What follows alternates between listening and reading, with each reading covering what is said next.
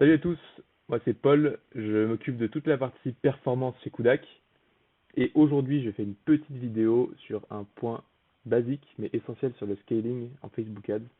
Je vous explique ça tout de suite.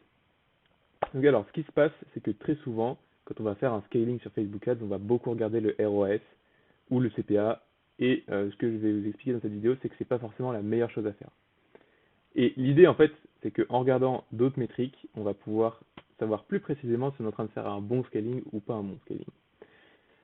Donc, alors pour ça, je vais vous demander de vous mettre en situation, de vous imaginer, vous êtes en train vous êtes en train de développer votre marque sur Facebook Ads et vous sentez qu'il y a une opportunité, vous allez commencer à scaler sur Facebook Ads. Vous allez trouver le moment opportun où la demande va être au rendez-vous et vous décidez d'augmenter les dépenses publicitaires. Donc vous les augmentez d'un pourcentage donné et on va appeler ce pourcentage D. C'est l'augmentation en pourcent des dépenses publicitaires.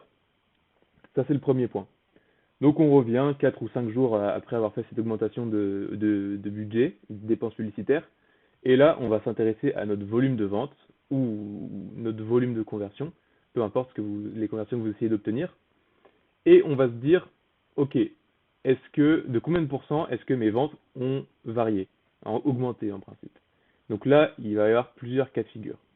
Alors déjà, le cas de figure qui est largement exceptionnel et que je souhaite qu'il arrive à tous, c'est déjà arrivé, ça peut arriver.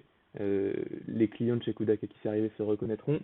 C'est quand l'augmentation du volume de vente est supérieure à l'augmentation des dépenses, mais c'est un cas qui est très très rare et qui est hyper bénéfique. En fait, ça donne envie d'augmenter les dépenses à l'infini quand on a ce genre de situation-là.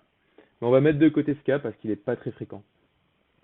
L'autre cas qui peut être vraiment terrible, c'est si on a augmenté les dépenses et que le volume de vente, donc c'est-à-dire V, est inférieur ou égal à zéro. Donc ça veut dire qu'on a augmenté les dépenses dans le vent, ça n'a rien changé sur notre volume de vente. Et ça, c'est vraiment problématique. Et quand on voit ça, c'est qu'on a un gros problème quelque part, ou en tout cas qu'on n'a aucun intérêt à dépenser plus.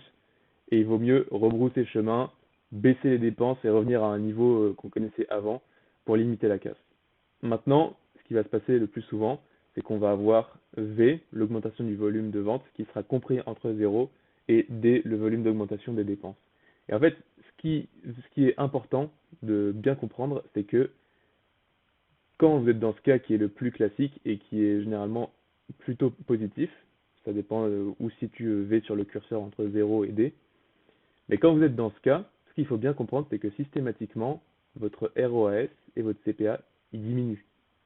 C'est-à-dire que votre volume de vente, enfin la proportion de vente par rapport à votre ensemble de dépenses va être réduite. Donc votre ROS va diminuer quasi systématiquement quand vous faites un scaling. Mais ce n'est pas un vrai problème. La seule chose qui compte, c'est qu'on augmente notre volume de vente parce que c'est quand même ça l'objectif du scaling. Pour ce qui est de faire en sorte qu'on retrouve le ROI qu'on avait dans le passé, ça c'est un processus qui peut se faire au fil des semaines. Mais ce qui compte le plus, c'est que notre volume de vente régulier, lui, il augmente. Et donc si en fait on a V qui est très proche de D, c'est-à-dire qu'on est très très bien lancé, c'est-à-dire que c'est un scaling qui est réussi. Et avec les optimisations au fil des semaines, on va réussir à faire en sorte de ramener le V, enfin de ramener le volume de vente en proportion, enfin aux mêmes proportions qu'il avait par rapport aux dépenses avant qu'on fasse notre scaling. Et donc on va pouvoir retomber sur nos pattes. Après, si V est vraiment très proche de 0, ça veut dire qu'on a eu un scaling qui est très peu efficace. Et c'est aussi dans ce genre de cas, il faut aussi mieux souvent baisser à nouveau le volume de dépenses pour retomber sur ses pattes. Donc, s'il y a bien un truc à retenir de cette vidéo, c'est que quand vous faites un scaling, surveillez beaucoup plus le pourcentage d'augmentation de vos ventes, les pourcentages d'augmentation de vos dépenses, comparez-les, et c'est comme ça que vous allez savoir si votre scaling il est réussi, et pas en regardant votre ROS. Donc voilà, c'est tout pour moi. Je voulais juste souligner ce petit point, nous ça nous aide beaucoup chez Kudak pour bien mesurer l'impact de nos actions, donc je voulais vous le partager. Donc merci à tous, et à très vite.